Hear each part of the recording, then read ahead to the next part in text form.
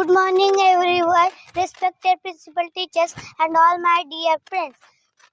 Today is 26th January. We all have gathered here to celebrate Republic Day, one of the most important day in our Indian history. I am Siddhi Tirhole. I feel extremely blessed to deliver a speech on this great occasion.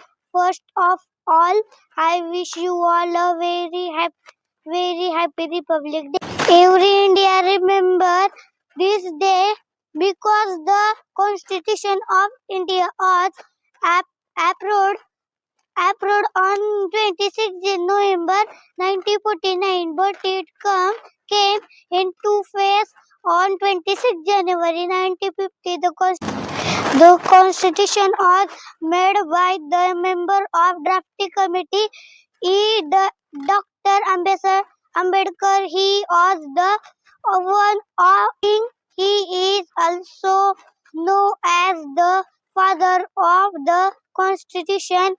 Everyone remember this as the sacrifice of the freedom fighter. Let's take a pledge together that we all will always be responsible citizens and will make our country proud. Jai Hind, Jai Bharat.